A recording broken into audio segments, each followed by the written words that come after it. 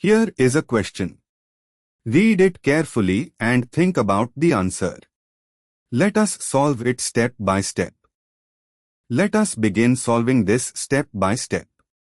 Step 1. Bromohydrin formation from Z2-butene with Br2H2O.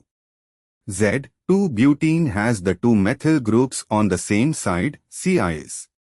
The bromonium ion forms by anti-addition of Br2 to the double bond.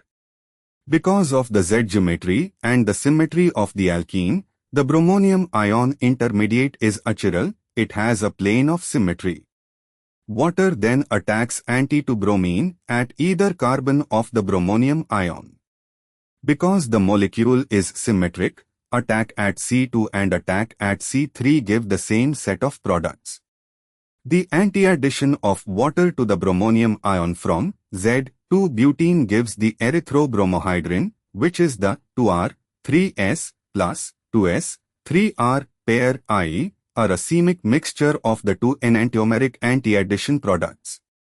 More precisely, the bromonium ion from Z2-butene, both methyls same side, opens with water anti, producing the thiobromohydrin as a racemic mixture. One enantiomer is 2R, 3S, 3-bromo-2-butanol and the other is 2S, 3R, 3-bromo-2-butanol. These are enantiomers of the erythro-trio pair depending on convention, but the key point is a racemic mixture of anti-addition products.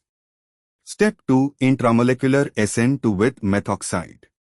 Methoxide, a base, deprotonates the OH of the bromohydrin to give an alkoxide. The alkoxide then performs an intramolecular SN2 on the adjacent carbon-bearing Br. SN2 proceeds with inversion at the carbon-bearing Br. Step 3. Stereochemical outcome. For 2R, 3S, 3-bromo-2-butanol, the alkoxide at C2, R, attacks C3S, with inversion C3 becomes R. Product is 2R, 3R, 2,3-dimethyloxyran. For 2S, 3R, 3-bromo-2-butanol, the alkoxide at C2S attacks C3, R, with inversion C3 becomes S. Product is 2S, 3S, 2,3-dimethyloxyran. 2R, 3R, and 2S, 3S, 2,3-dimethyloxyran are enantiomers of each other, transepoxide. They are produced in equal amounts from the racemic bromohydrin mixture. Step 4. Identifying structures I, 2, and 3. Structure I shows trans 2,3-dimethyloxyran with one specific arrangement of wedge-bonds, H and CH3 on wedges, one enantiomer of the trans epoxide. Structure 2 shows the same trans 2,3-dimethyloxyran but mirrored the other enantiomer. Structure 3 shows CIS 2,3-dimethyloxyran meso compound, which would require SYN addition not produced by the anti-addition mechanism here.